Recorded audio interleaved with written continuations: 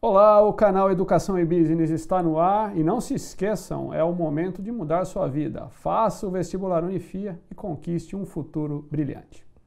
Ela é atriz de teatro, cinema e TV, além de vegana e terapeuta holística. Paula Palmieri, bem-vinda no canal Educação e Business. Muito obrigada. Eu que agradeço o convite. Estou muito feliz de estar aqui com vocês hoje. Paula, existe uma frase que diz que a vida imita a arte. No seu caso, a vida e a arte estão diretamente conectadas. Nos conte um pouco sobre a sua história e sobre a sua carreira. Vamos lá, né?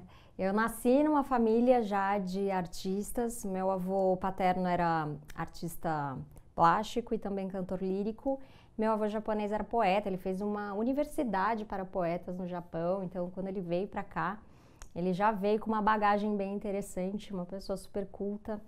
E as mulheres da minha família sempre foram muito envolvidas com artesanato e tal. Então, imagina, todos os sábados eu ia aos encontros musicais, era ópera a minha vida. Eu comecei a fazer balé com 2 anos. E assim, também tinha tio cantor, tio publicitário. Então, meio que foi natural ter entrado nesse caminho, né? E eu sempre soube que eu seria artista.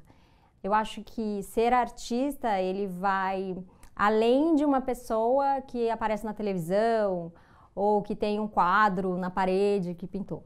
Eu acho que fazer as coisas com arte é o verdadeiro artista. É a pessoa que faz aquela comida com arte, que cuida do filho com arte, que se dedica à vida com arte. Eu acho que esse que é o verdadeiro artista. E eu busco fazer isso na minha vida o tempo todo. Então, as coisas aconteceram naturalmente, as oportunidades foram acontecendo e aí eu fui seguindo o fluxo, a vida e pude fazer bastante coisa como artista. Nos conte um pouquinho aí dos seus trabalhos. Então, no teatro eu fiz várias coisas e aí eu entrei num renomado grupo que na época, lá nos anos 2000, foi assim, todos os artistas de Campinas fizeram testes para entrar na companhia do Centro Cultural Evolução. Foi um projeto maravilhoso que aconteceu ali e que foi revitalizado o centro da cidade através da arte. Foi um empresário, assim, visionário, que queria muito que as coisas dessem certo. Então, o Centro Cultural Evolução, ele ia além só de um lugar de espetáculos, ele também tinha aulas, o desenvolvimento do artista também era bem trabalhado. E aí eu entrei nessa companhia e foi tipo, uau, consegui, né? Porque era o sonho de muita gente e eu era ali a mais nova, a menos experiente da galera e estava ali num momento que para mim foi muito interessante. A gente fez 2 projetos com a Secretaria da Educação e que foram bem bacanas, 200 apresentações, viajamos o estado todo de São Paulo. Então ali não foi exatamente o meu início, mas eu acho que foi o meu início como profissional, como uma artista profissional. Foi esse meu sentimento, assim. E aí, por conta do Centro Cultural, eu me tornei contorcionista, também bailarina aérea, trapezista e tal. E aí trabalhei também com circo, com apresentações, enfim. E em paralelo, comecei a fazer as dublagens, locuções. Então, eu fui trabalhando várias coisas, né? E aí, eu conheci o pessoal da companhia Arte Teatrando, que agora é a Cia Lázara, de teatro, que é aqui de Amparo. E a gente desenvolveu um trabalho super bacana, fizemos várias coisas de cinema, teatro, enfim. E até me emociona um pouco, porque grandes amigos vieram dessa companhia, então, tipo a minha família mesmo, né? Então é bem bacana. E aí, eu era bem preconceituosa com questão de TV, mas eu já apresentava programa de TV, fazia comercial, eu estava o tempo todo na TV aparecendo, na região, enfim. E aí um dia eu pensei, por que não fazer novela? Né? E é até engraçado porque eu tenho vários amigos do teatro, pessoal da Unicamp e tal, e muita gente tem preconceito, né, com televisão. Eu acho que vocês devem conhecer muita gente que tem. E as pessoas falavam muito assim pra mim, por que você não faz malhação? E eu ficava com muita raiva disso. É sério, gente, eu ficava assim... As pessoas faziam aquilo como um elogio, mas eu não enxergava aquilo como um elogio, porque eu realmente tinha um preconceito. E aí, quando as pessoas perguntavam, por que você não faz malhação? Por que você não faz novela? Aí eu respondia brava, assim, porque eu não quero. E aí um dia, eu tava pensando, e aí falei, será que eu não quero mesmo? Porque eu nunca fiz teste. Deve ser bacana. E foi muito engraçado, porque eu tava assistindo uma cena de uma novela na TV, que tinha os lobisomens, os vampiros, assim, passando, né? Que era a novela Os Mutantes. E aí eu sentei na sala, fiquei olhando aquilo e falei, tá aí, deve ser muito divertido gravar esse tipo de novela, né? Eu acho que eu quero experimentar. Então, quando alguém me perguntar, e aí entra toda essa questão, assim, do que eu acredito, né, e das coisas que acontecem magicamente na minha vida. Quando me perguntaram assim, eu disse, quando alguém me perguntar por que você não faz novela, eu vou dizer, porque eu nunca fiz teste. Porque essa era a verdade, eu nunca tinha feito teste, por isso que eu não fazia novela. Né? Não é porque eu não quero. Aí, e aí foi isso que aconteceu. Deu menos de uma semana, eu tava fazendo um teste na Record, porque eles tinham me ligaram na sexta-feira, me acharam no Orkut. Orkut ainda. Me acharam no Orkut e foi uma coisa assim muito... Enfim. Veja a importância das redes sociais, né, Paula? E eu não fui atrás, Então, aí tinha uma amiga que era conhecida, tananã, e aí ela chama Karen, inclusive. Beijo, Karen. E aí a produtora de elenco da Record conhecia ela, enfim. Ela mostrou meu perfil no Orkut, eles me ligaram na sexta e falaram, tem um teste na segunda. E eu disse, segunda? Nossa, eu vou mudar na terça para o Rio de Janeiro, será que? Acho que não vai dar para fazer. Aí depois eu pensei, por que não? Aí fui um dia mais cedo para o Rio, fiz o teste com, assim, todas as atrizes orientais, praticamente. Do Brasil, tinha gente de tudo quanto é canto. Na segunda, na quarta eu estava contratada. Então, é assim, mudar, né, a mudança desse paradigma, eu perceber o meu preconceito e que, na verdade, não necessariamente ele se tratava de uma ideia real, mas talvez de um medo dentro de mim, me fez abrir essa possibilidade, foi maravilhoso ter ido para a TV. Então, através da TV vieram outros trabalhos que me ajudaram bastante e me fizeram crescer como artista e como pessoa. E é importante, Paulo, o que você está falando. Nós certamente temos muitos jovens aí assistindo nesse momento, né? E que muitas vezes deixam seus medos tomarem a frente, né? E não tomam a real decisão de seguir adiante, diante de um sonho, de um objetivo. Então, você nos traz uma lição muito importante, que a ação, evidentemente, ela cobre perfeitamente o medo, ela elimina perfeitamente o medo e faz com que a gente consiga, evidentemente, atingir os nossos objetivos, né? E a partir daí, dessa decisão que você tomou, vieram muitos trabalhos na TV. Nos conta um pouquinho sobre os seus trabalhos na TV. Vieram mais trabalhos, né? Em princípio, eu aceitei fazer o papel por 2 meses, acabei ficando mais de 1 ano no mesmo papel. A gente fez uma outra novela com o mesmo personagem, depois vieram mais algumas outras coisas, né? Então eu fiz também participações depois na Globo com Tititi, Guerra dos Sexos, Passione, pude contracenar com Aracy Balabanian, por exemplo, que eu era super fã, com Tony Ramos, Giannichini, né? Então, assim, foi bem bacana. O Jorge Fernando me dirigiu numa cena. Então, tem algumas coisas bem legais que a gente vai conhecendo as pessoas e vai tendo essas possibilidades, né? Na Record, eu trabalhei com a Vancini, que é fantástico. Trabalhei com várias pessoas maravilhosas ali. E tive uma coisa que me abriu muito, é que eu percebi que, por exemplo, o Thiago Santiago, que é o autor dos Mutantes, ele era uma pessoa muito aberta, ele é uma pessoa muito aberta às nossas opiniões, ele conversa com o ator, ele quer saber do personagem, se a gente tem alguma coisa para trazer para o nosso personagem. Então eu pude escrever parte da história da Hiromi, que é a minha personagem, né, na Trama dos Mutantes, que inclusive acabou de reprisar. Eu pude escrever também a história dela, então isso é muito bacana, a gente ter essa abertura dos nossos dos nossos chefes, né, que são os diretores, que são os autores, então isso é muito bacana. E de todos esses trabalhos que você fez, Paula, muitos trabalhos por sinal, muitos trabalhos muito interessantes na TV, né, qual é aquele que foi mais marcante para você? Ai, Deus, então... É difícil falar o que foi mais marcante, mas eu acho que o primeiro trabalho, ele é sempre marcante, né? Por exemplo, a Hiromi foi uma personagem que me abriu portas, não só portas no trabalho, mas eu digo que ela me abriu portinhas que estavam fechadas dentro de mim. Como eu disse, eu tinha preconceito, eu tinha medo, e aquilo às vezes vem com uma forma meio de agressividade.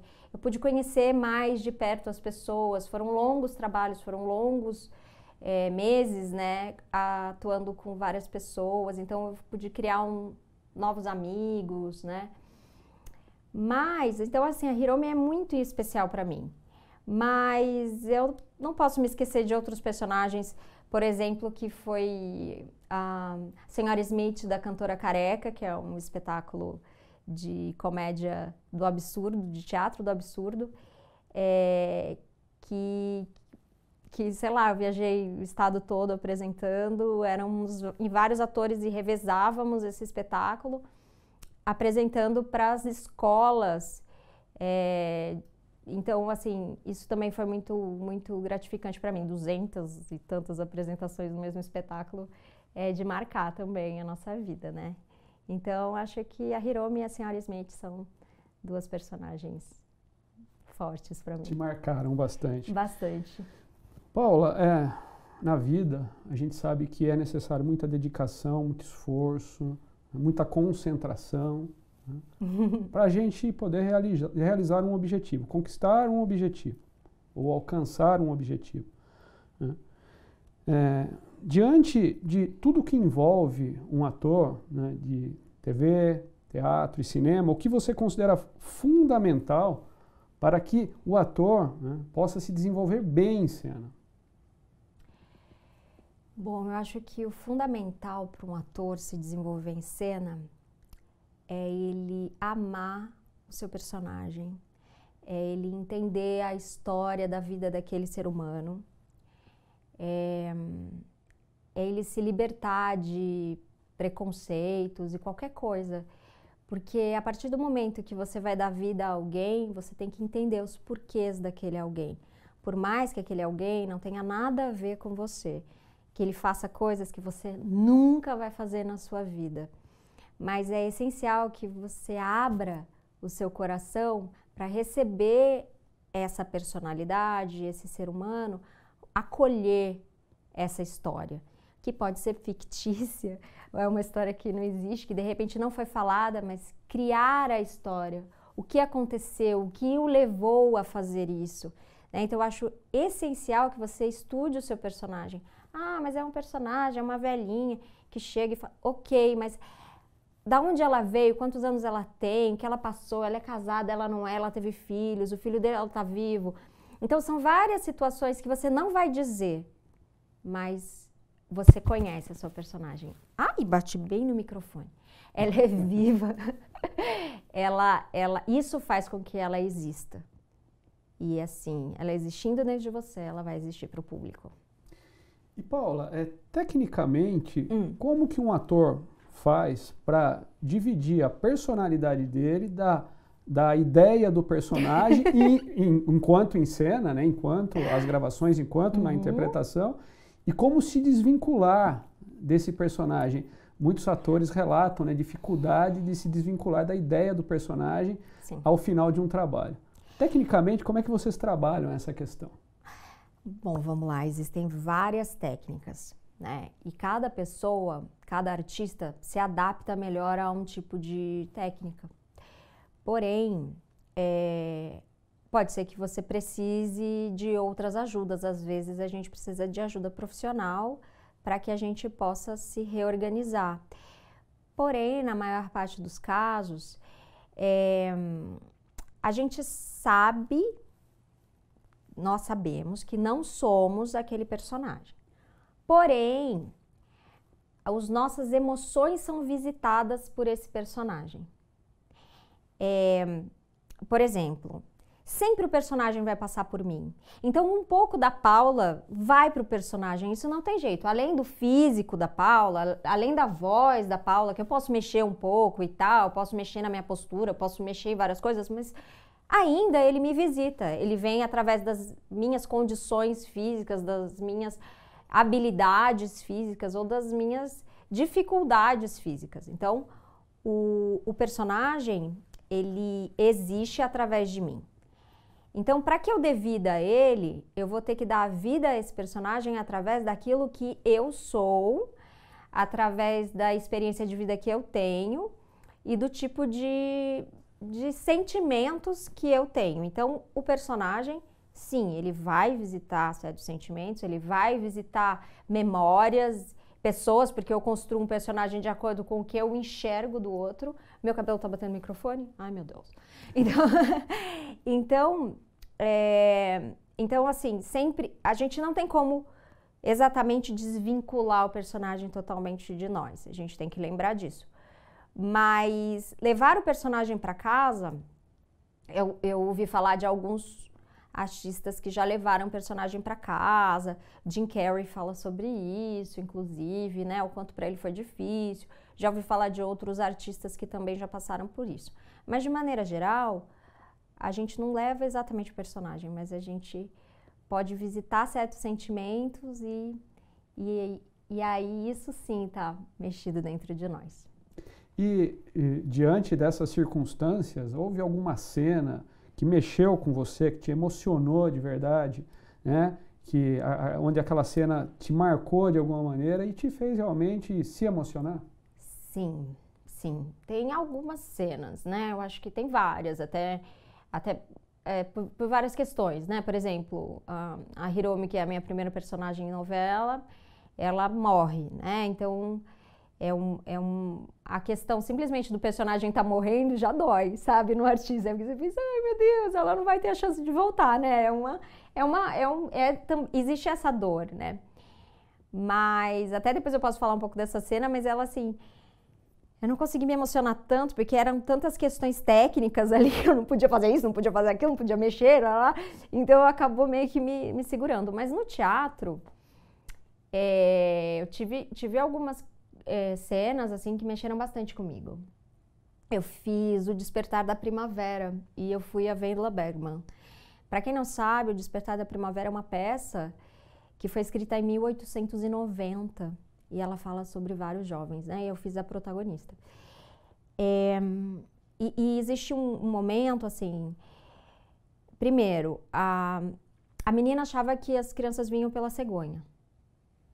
E aí ela é estuprada por um amigo da escola e ela não tem muita noção do que é aquilo, do que foi, do que aconteceu.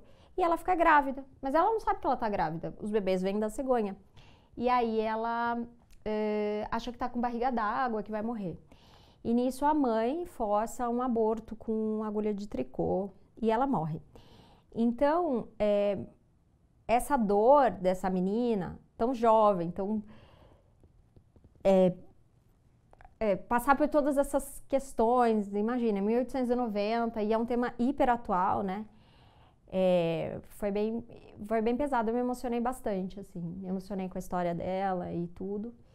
E também tem uma cena que me emociona muito, que é da Antônia, que é uma comédia, né, que se chama As Clitorianas. É uma comédia, mas a cena dela não é cômica. É a história de 4 mulheres, e a Antônia é uma prostituta, e a cena toda ela tá esperando a mãe dela ligar no aniversário dela. É emocionante, assim, pensar dessas pessoas que são tão marginalizadas e que elas têm um super coração, né? Então, às vezes, a gente esquece disso. Entra muito na questão, sei lá, eu nem sei dizer, mas todos esses nossos achismos, e aí a gente rotula uma pessoa de uma coisa e esquece que ela tem uma alma, que ela tem uma vida ali. Então, é isso. É importante, Paula, você relatar isso, né? Para todos aí que estão nos assistindo, porque nós somos seres humanos e temos emoções, né? Então, diante dessa questão, inclusive, né, até aproveitando, né, para te fazer mais uma pergunta, né, o teatro, a TV e o cinema, evidentemente, né, se emocionam o ator em cena, certamente também emocionam as pessoas que vão assistir, não é? Ou que vão assistir aquele filme, que vão assistir a novela, que vão assistir a peça teatral, né? Diante disso, Paula, como que você entende que o teatro, a TV e o cinema são potencializadores, né, de educação social, de reflexão? Sim. Como que você vê essa conexão? Olha, eu acho que o teatro, a TV, o cinema, assim como hoje, né, a gente tem o YouTube, eu acho que tudo isso é essencial para falar com o grande público, é essencial para chegar a cultura em vários lugares, para chegar questões que de repente ficavam muito longe, ficavam no imaginário, e aí parece que traz para a sala de estar uma conversa a respeito de vários assuntos. Como eu disse para vocês, eu tinha muito preconceito com a televisão por achar que era um meio de comunicação que dominava a mente das pessoas, né? Eu pensava muito nessa questão, mas eu pude ver dentro da TV que existe um lado muito bacana e de pessoas que estão trabalhando sim para que a gente possa aprender também através dessa ferramenta, porque há lugares, gente, que a informação não chega. Então, antes eu falava mal e hoje eu penso, eu não posso falar mal, eu tenho que enaltecer o que é bom, porque tem coisa ruim, gente, lógico, tem coisa ruim em todo lugar, tem mesmo, né? A gente tem que saber filtrar. Mas existe um papel fundamental da TV, do cinema, em educar, e no teatro, em educar, em trazer questões políticas, de tornar o ser humano um ser pensante, de abordar assuntos que depois ele pode ter que lidar com isso na vida, porque o mundo está evoluindo, as pessoas estão mudando, as questões estão sendo mais claras, a gente está podendo ser mais quem a gente é, né? Então, eu acho que é fundamental. Gerar emoção é um fato, né? Como você muito bem explicou. O teatro, a TV e o cinema requerem boas interpretações, né? Então, a gente vê aqui, notadamente, uma pessoa totalmente preparada para a interpretação, né? Para a conexão com o público. Você acha, Paula, que trabalhar a interpretação poderia ajudar professores, palestrantes, consultores de empresa a criar habilidades de comunicação diferentes para falar com seus respectivos públicos? E por que ele faz essa pergunta? Porque nós, professores, estamos passando por mudanças radicais nesse momento, né? Estamos sendo obrigados a nos relacionar com os nossos alunos mediante uma câmera, mediante um computador. Você acha que saber interpretar ou aprender a interpretar ajudaria nesse sentido? Olha, gente, eu tenho certeza que ajudaria. Eu acho que até mesmo o professor dos modelos antigos que nós tínhamos, né, que era o professor à frente do público, se apresentando, né, tendo que manter a atenção da galera, percebendo seu público, é mais ou menos como o teatro. Ah, deixa eu ver se fulano tá, né? Eu tenho que puxar o público para minha atenção, né? Eu preciso fazer com que as pessoas entendam o que eu estou dizendo, né? Então, mesmo o professor à moda antiga, entre aspas, tá, gente? É só falando por conta do momento pandêmico que estamos vivendo, mas já é essencial que se entenda de técnicas de interpretação.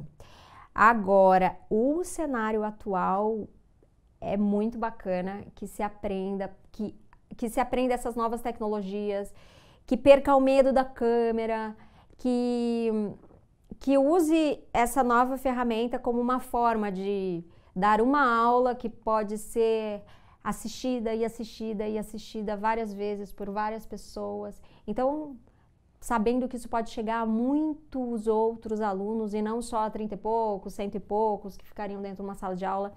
Eu acho que tem tudo isso. Eu acho que é essencial hoje que se aprenda a mexer com essas ferramentas e que se sinta à vontade diante delas. Porque saber mexer num aparelho é uma coisa. Agora, comunicar na velocidade certa, de um jeito que o aluno não vai dormir do outro lado, larga lá o professor, põe ali e fala, tô assistindo e tal, é o mais difícil. Então, eu acho que é isso, prender o público, como é que eu vou fazer, eu vou comunicar, legal, porque é muito diferente a comunicação pela televisão, pela tela, e a comunicação em sala de aula. Vocês devem ter percebido isso, né? Então, eu acho que é essencial que entre nesse mundo, gente, vai virar todo mundo youtuber.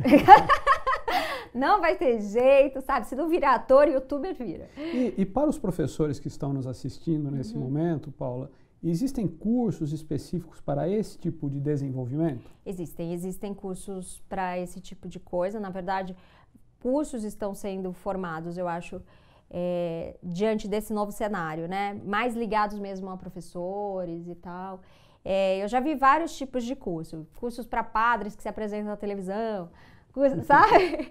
Porque vou fazer missa na TV, tem que ser diferente. Então, eu já vi vários tipos de cursos, mas eu tenho certeza que se você procurar um curso bacana aí, uma pessoa que você se identifique, vai dar super certo para você, professor. Olha aí, professores, dica extremamente importante, o conteúdo, claro, o conteúdo técnico da matéria que você leciona é importantíssimo, mas também fazer, né, da sua presença uma figura interessante para o aluno é algo também bastante relevante nesse caso. Exatamente. É bem por aí, gente. Paula, indo na mesma linha de raciocínio e falando ainda a respeito de todas essas mudanças que estamos vivendo e, evidentemente, entrando no cenário da atual pandemia, né? A gente já vê por aí muitas peças de teatro sendo vendidas, né, e transmitidas pela internet. Na sua visão, como é que a pandemia vai, de fato, alterar a arte, não só no Brasil, mas como no mundo? Ai, Deus. Então, na verdade, eu não sei como que a pandemia vai mudar tudo isso. O que eu sei é que tudo vai mudar, e já tem mudado. Não sei mais como a gente vai cantar nosso amor após a pandemia. Um dia eu ouvi isso do Jaime Periara, que é um ator também bem conhecido, e ele estava numa live, ele é um amigo querido, e ele disse como o amor será cantado, e isso ficou muito na minha mente, porque as coisas estão mudando. Nós todos passamos por experiências muito diferentes, então a gente não sabe como vai ser daqui para frente. Eu sei que muita gente que é dublador, teve que comprar o equipamento e está trabalhando em casa, por exemplo, e envia, né? Então fez um mini estúdio em casa e envia o conteúdo dublado. As peças que estão sendo gravadas e vendidos os ingressos virtualmente, mas isso não é teatro. É o teatro gravado, mas ele não é teatro, ele tem que ter um novo nome, porque o teatro depende do público estar ali, presente e assim, ao vivo. Então, que nome que é isso hoje? Eu não sei o quanto isso vai evoluir. Então, por exemplo, nós da Companhia Lázara, e que a gente tem a Casa do Teatro aqui em Amparo há 13 anos, nós tivemos que fechar as nossas portas durante a pandemia. O que é uma coisa pesada para todos nós. Por quê? Porque a bilheteria era que garantia o pagamento das contas, né? Porque nós mesmos, produções artísticas. Então, se a gente quer levar a arte para a cidade, a gente precisou arregaçar as mangas e fazer sozinho. E aí, sem poder abrir as portas, a gente tem só dívidas, certo? Correto. E a gente foi então pro digital. Então a gente continua com a nossa programação da Casa do Teatro online, porque é o que a gente precisa hoje, né? Vamos continuar, porque a gente continua produzindo conteúdo.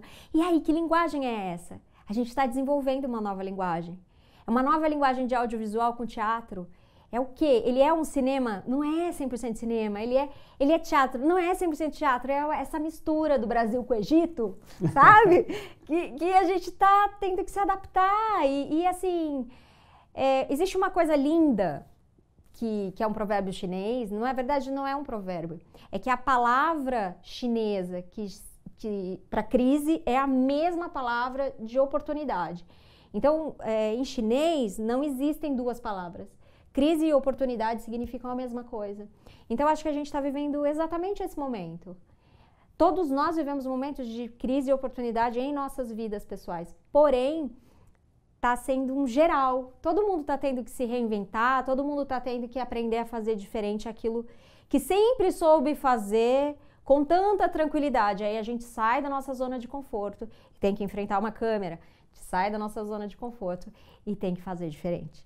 Então, assim, não sei para que lado que vai, mas por enquanto a gente está lá, gente. Estamos na internet, é isso que está acontecendo com a maioria das companhias de teatro. E ainda sobre a Companhia Lázaro, né? Casa do Teatro de Amparo, mais conhecida como Casa do Teatro de Amparo, né?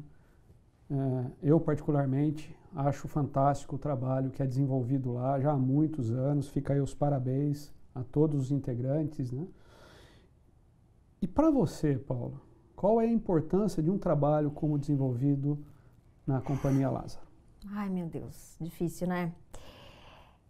Obrigada por você falar com tanto carinho, assim, de um projeto que realmente é a vida de muitos dos meus amigos e também é parte da minha vida. A Casa do Teatro, ela tem 13 anos. Mas a nossa companhia, a Companhia Lázaro, ela tem 25 anos. Ela vai fazer 25 anos agora em janeiro. Então imagina, é uma companhia de teatro muito sólida. Ela se chamava Arteatrando antes, a gente mudou o nome, tá, gente? Para quem não está situado, é que Lázaro ressuscitou, né, gente? A gente ressuscita, acontece, vem a pandemia, a gente ressuscita de novo, a gente tá o tempo todo fazendo o negócio acontecer. Então é bem isso. Eu acho essencial esse tipo de trabalho, porque quantas pessoas não tinham perspectiva de vida e elas passaram lá, como nossos alunos, depois se tornaram atores e agora estão ganhando o mundo, sabe? Tem muitas pessoas, muitas.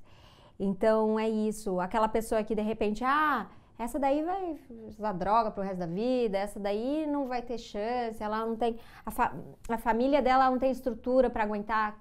Tanta gente precisou da Casa do Teatro como acolhimento, sabe? Um local que ela pudesse colocar para fora tudo aquilo que ela tinha dentro de si, porque a arte é isso. Então a gente sempre acolheu as pessoas através da arte. Então ela vai além de um trabalho de ensinar as pessoas a interpretar, a falar melhor, a se comportar de uma determinada maneira. O trabalho é um trabalho social, é um trabalho de acolhimento. Aqui você tem voz, aqui você tem vez, você vale, você é importante. Não, você não é só um adolescente bobo, cheio de espinha na cara, que não sabe nada da vida. Não, você é uma pessoa e você tem o que dizer. E a gente quer ouvir. E você tem um palco aqui para dizer. Então, tantas pessoas que chegavam lá para fazer um curso simplesmente para... sou tímido. Isso acontece. E de repente descobríamos um talento assim, fora do comum. Eu me lembro muito de um garoto. Ele se chama Gabriel. Gabriel, se você está assistindo... E o Gabriel, ele começou a fazer teatro com 5 aninhos. Ele era muito tímido, sabe? E aí, teve um dia que eu descobri que o pai dele era demais. Ele ia só buscar as crianças, mas o pai dele era demais. E aí eu coloquei o pai dele para fazer aula com a gente, com as crianças. E aí a gente teve um super desenvolvimento de todo mundo. Por quê? Porque faltava aquela pessoa ali para desenvolver tudo. E aí a gente criou um núcleo, assim, que foi um coração mesmo, que foi muito bacana. E o Gabriel se soltou e a gente descobriu que ele era um grande comediante. Então, existem coisas que pode ser assim que ele não queira mais ser artista, pode ser que ele não queira mais seguir, mas essa autoconfiança que hoje ele tem, eu tenho certeza, que sabe, que ele pode entrar num palco, ele pode falar na frente das pessoas, isso vai ser grandioso para ele, ele vai poder comunicar. Quantas pessoas não conseguem comunicar, gente? Já aconteceu de você chegar, tipo, sei lá, tenho que apresentar o trabalho da faculdade. Aí você sabe tudo do trabalho da faculdade. Tudo! Você estudou, sabe? Chega na hora, começa a suar, aí tremer, aí não sai nada. Perfeitamente natural. Né? Acontece não, muitas oportunidades. Aí você fala, meu, o que eu falei naquela hora? Que vergonha, por que eu fiz isso?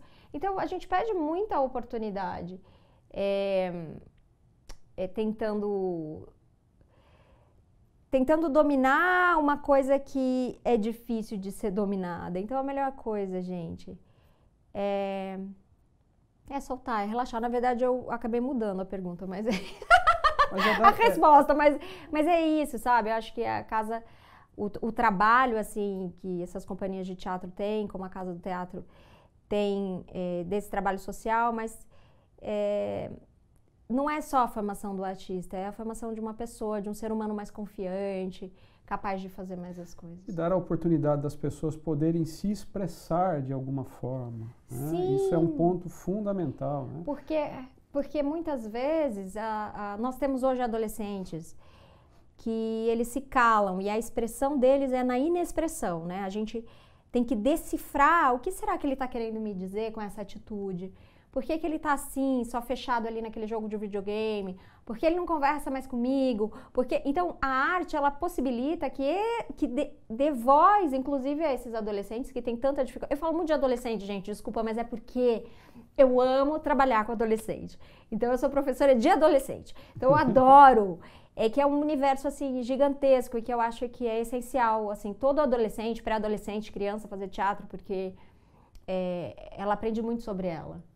E pode aprender a falar e comunicar melhor. E aí, Paula, né, eu já deixei esse recado aqui em algumas outras oportunidades sobre vários aspectos. Nós tivemos aí recentemente as eleições, né, para prefeito, e que o prefeito eleito tenha olhos para a arte, para a cultura, para apoiar aquelas pessoas que tentam realmente trabalhar para dar a possibilidade daqueles que não conseguem se comunicar adequadamente com o mundo, encontrar um caminho de comunicação mais adequado.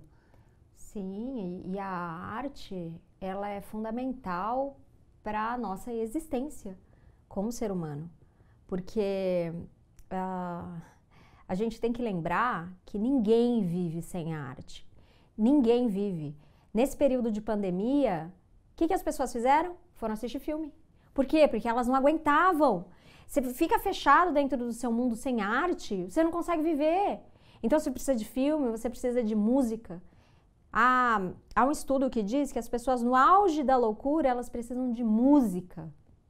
Então, uma arquitetura é uma arte, gente. Você poder olhar uma cor bonita, um quadro belíssimo, uma igreja bem construída, enfim, tudo isso é arte. A gente precisa da arte. Sem arte, o ser humano não vive bem, essa é uma realidade.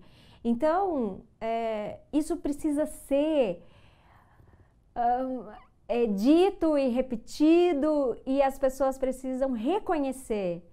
Sim, a arte é importante. Não, a arte é coisa marginal, a arte é... Não, porque você adora uma arte. Todo mundo adora uma arte. Artes diferentes podem ser, tem gente que gosta de um estilo, tem gente que gosta de outro estilo, mas você sempre vai depender da arte. Quem não gosta de comer uma boa comida? Quem não gosta? Então, isso tudo é arte, aí a gente precisa dela. Então, lembrar disso. Então, eu acho que quando todo o nosso cenário político, né, for revertido em prol da arte e não deixar a arte lá no finzinho, assim, tipo, embaixo da... sobrou aqui uma quirera, vou jogar lá, os pombinhos vão comer, porque é meio isso que acontece. eu acho que quando tiver mesmo um programa efetivo, menos gente na droga, menos gente na rua, menos gente triste, e uma deprimida. função social sendo realizada, né? Sim. Que é a mais importante. Sim. Paula, eu gostaria de... O tempo está voando e o papo Voando, está está acabando. extremamente interessante, né? Mas eu gostaria de voltar um pouco atrás. Vamos lá. A trilogia Os Mutantes foi um grande sucesso, inclusive Foi. acabou de ser reprisado agora Aham. recentemente, né?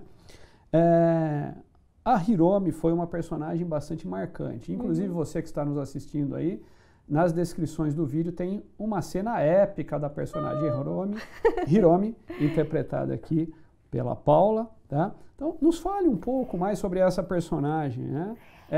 Como foi interpretar essa personagem que foi tão marcante dentro da trilogia?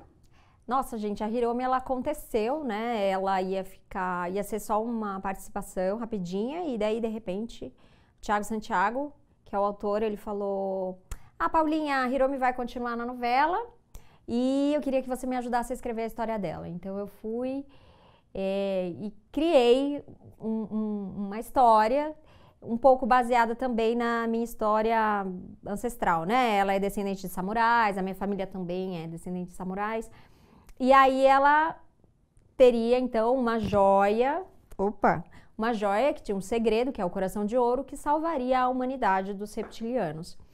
E aí, tá meio parecido com o mundo atual. E aí, o que acontece?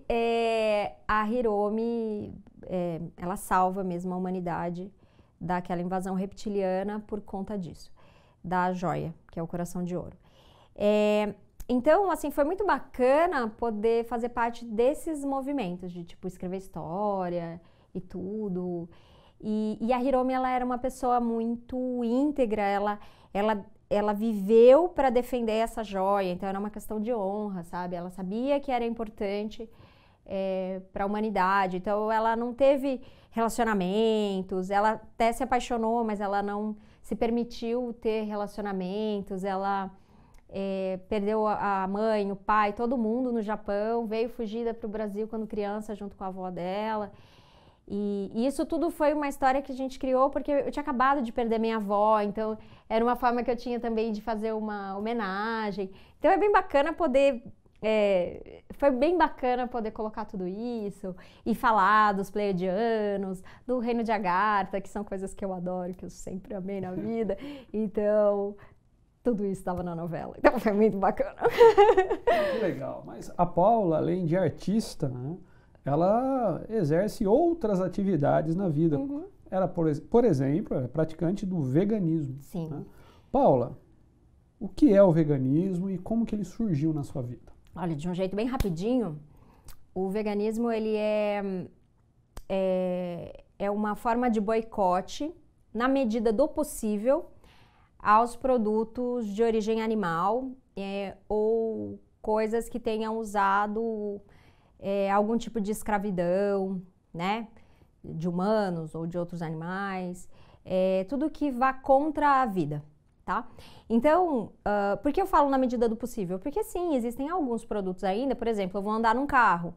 No pneu da maioria dos carros tem alguma coisa de origem animal, então não é assim, não é um boicote geral, a gente vai aos poucos e aos poucos as empresas vão mudando e as coisas vão acontecendo.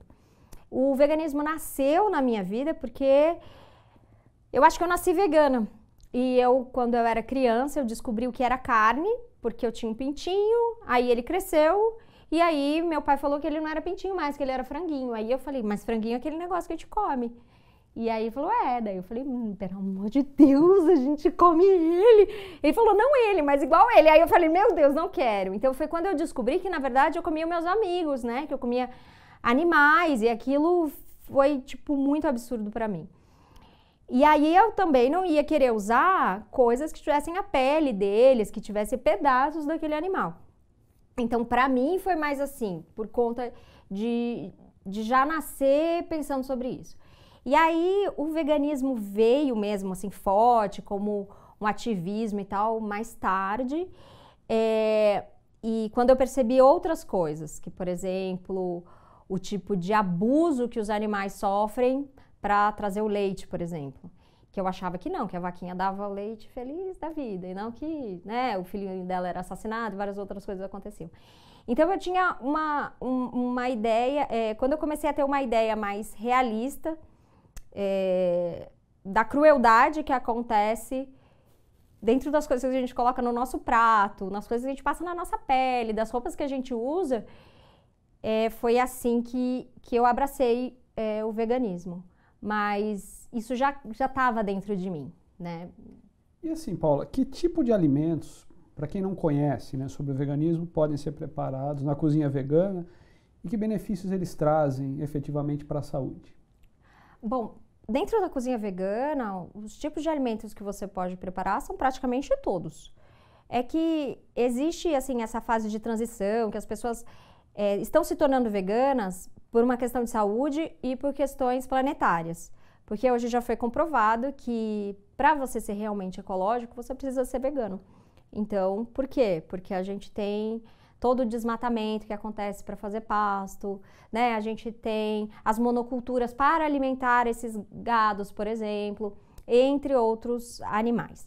Então, foi a quantidade de água que a gente gasta, o quanto que polui, enfim, tem muitas coisas e dá um Google aí, vocês vão entender muita coisa, né, sobre veganismo. Então, muita gente está se tornando vegano, não porque não gosta da carne, às vezes nem pela questão do animal, tem gente que é pela questão do animal, como fui eu, mas não é porque não gosta de comer carne, a pessoa até gosta. Então, dentro da culinária vegana, hoje existem produtos que imitam carne, que imitam frango, que imitam ovo, imitam, nunca vai ficar igual. Tem muita gente que tem preconceito com relação a isso, mas é o seguinte, é que essas pessoas elas estão tendo uma visão um pouco maior, elas estão se tornando veganas por questões planetárias e elas ainda são apegadas a certos sabores. Porém, você pode fazer praticamente tudo dentro da culinária vegana. Então, dentre os benefícios que você tem da culinária vegana, é que você vai ter uma dieta mais adequada ao ser humano, de uma maneira geral, porque existem vários estudos comprovando o quanto que o veganismo, na verdade, a nutrição vegana saudável, porque a gente pode comer um vegano trash, total, porque é possível a gente comer batata frita também todo dia, né, com alguma outra salsicha vegana. Então, isso é saudável? Não, não é saudável. Né? Então, esse vegano vai ser saudável? Não, né? E assim, Paula, por falar em ser saudável, a cozinha vegana, ela é indicada para pessoas, por exemplo, que passam por tratamentos de quimioterapia, radioterapia, ou inclusive pessoas que fazem atividade física de alto rendimento, né? A cozinha vegana, ela consegue suprir os nutrientes necessários para cada uma dessas situações? Sim, ela é possível, existem vários estudos sobre isso, principalmente, meu marido estuda muito sobre isso, o Dr. Elias Pereira, vocês podem seguir as redes sociais dele, ele fala muito sobre essa questão, né? Mas aí é um vegano que vai um pouco além, que seria o crudívoro, que é o vegano que usa a alimentação crua, ela é muito mais curativa do que só o veganismo tradicional. Porém, existem vários atletas de alto rendimento que são veganos, vocês conseguem também achar aí pelo Google, o homem mais forte do mundo, vários campeões aí daqueles Ironman, babá, bacanas que são veganos. Então, a nutrição vegana, ela é importante, é porque assim, gente, vamos falar de proteína? Rapidinho, vou falar de proteína. Todo mundo fala assim, não tem proteína. Tá, nosso corpo produz diversos tipos de proteína. A gente tem proteína de vários tipos que nós produzimos. Através do que? Aminoácidos. Aminoácidos essenciais. Da onde vêm os aminoácidos? Você sabe? Não. De onde vêm os aminoácidos? Da onde vêm os aminoácidos que para a vaca produzir toda a proteína que você vai comer? Dos vegetais. Então é a mesma coisa. Nós, humanos, também temos os aminoácidos essenciais os essenciais são o quê? São os aminoácidos que vão fazer todos os tipos de proteína que a gente precisa no nosso corpo. Então, vem também de fontes vegetais. Então, aminoácido vem de fonte vegetal. Então, você não precisa comer a proteína pronta. você pode comer, porque ela vai ser quebrada em aminoácido para virar depois a proteína que você precisa. Então, pronto, gente. Não precisamos de variados tipos de vegetais. É isso que a gente precisa na nossa vida. Informações interessantes de quem realmente é adepta do veganismo. É, gente. Né? E do crudivorismo, hein? Explique para o pessoal. O crudivorismo é a alimentação pura, né? Seria uma alimentação vegana crua. Então, todos os alimentos não são muito processados. E quando são aquecidos, eles são aquecidos até 42 graus para não matar o alimento. Então, a comida é viva, também chamado de alimentação viva e tal. Essa, sim, é extremamente curativa. E aí existem todos os estudos comprovando cura de várias doenças, reversão, auxílio a tratamentos. É bem bacana vocês darem uma olhadinha. Olha só, muito legal, Paula. E um último assunto aqui que eu gostaria de abordar com você, infelizmente por conta do nosso tempo, né? Você também é adepta da terapêutica holística. Sim. Nos fale um pouquinho sobre isso. Então, gente, terapia holística é o que é? Holístico vem de holos, que é o todo, né? Então, eu não separo assim, é uma pessoa que cuida só da unha, só do dedão, É quando a gente não separa o ser humano em segmentos ou em pedaços. O holístico é quando a gente trabalha a saúde de uma forma geral. Então, é corpo, mente, sentimento, espírito, é tudo uma coisa só. A sua casa, isso tudo faz parte de você. Isso tudo também faz parte do seu corpo. Isso também é a sua vida. Então, as nossas relações, as pessoas com as quais nós convivemos, o tipo de coisa que nós comemos, isso tudo tem uma ligação direta na nossa saúde. Né? Então, a terapia holística, existem várias terapias holísticas, eu sou formada em algumas. A terapia holística, ela abrange o ser humano como um todo. Então, às vezes, aquela dorzinha de cabeça, ela não está na cabeça. Ela está lá atrás em algumas coisas que não ficaram bem resolvidas. Ou, às vezes, ela está lá no fígado. Então, entender que o ser humano ele é muito maior do que só os seus pedacinhos. É isso. Que ótimo, Paula, um papo muito interessante. E parece que você tem uma parceria com o seu marido nessa questão da cozinha vegana. Né? Se você quiser aí deixar para os internautas algum contato, né? Um telefone, um contato, para quem quiser tirar mais informações com vocês, fique à vontade. Então, gente, eu tenho uma loja virtual de produtos veganos que são para a saúde, são todos bem naturebas e bem legais para você que está querendo conhecer o veganismo. Se chama Pé de Pera. Daí a gente vai deixar o endereço aí para vocês. E também tem o site verdadeirodetox.com para vocês darem uma olhadinha e entenderem um pouco mais da questão da saúde, tá bom? Então, pedepera.com.br e a gente tem também o verdadeirodetox.com. E me segue nas redes sociais. Muito bom. Paula Palmieri. Sigam Paula Palmieri nas redes sociais. Sigam também Unifia nas redes sociais. Paula. Deixa eu contar só uma coisa. Na verdade, no Facebook meu nome é outro. Qual é seu nome no Facebook, Paula? Gente, é Ela Miyazawa. Eu não consigo mais mudar, que eu tive 2 nomes artísticos e tá assim. Então, ou eu sou ela, ou sou Paula. Então, em vários lugares tá assim. Paula Palmieri, ela, ou ela, Paula, enfim. Ela com L só? 2 L's. 2 L's. Que é meu segundo nome. Paula, foi um papo muito interessante. Eu agradeço demais a sua disponibilidade em estar conosco hoje no canal Educação e Business. Muito obrigado pela sua presença. Obrigada, eu que agradeço. E que vocês façam bom proveito de tudo, pesquisem, estudem e se adaptem a todas essas mudanças que estamos passando. Muito bom, internautas. Não se esqueçam, estamos chegando ao fim de mais essa entrevista do canal Educação e Business. Não se esqueçam de acessar os conteúdos do canal e verificar sobre o Vestibular Unifia. Você tem vários canais de acesso disponíveis para maiores informações, como o e-code que está aparecendo aí na tela nesse momento, nosso site portal.unisep.com.br/unifia, nossas redes sociais, ou também pode nos contatar através do telefone 19 3907 9870. Venha estudar conosco e transforme seu futuro. E olha só, Como eu sempre digo, eu visto Cativas Modas. Cativas Modas, a loja que veste toda a família. A Cativas Modas fica na rua José Alves de Godoy, número 20, no centro de Amparo.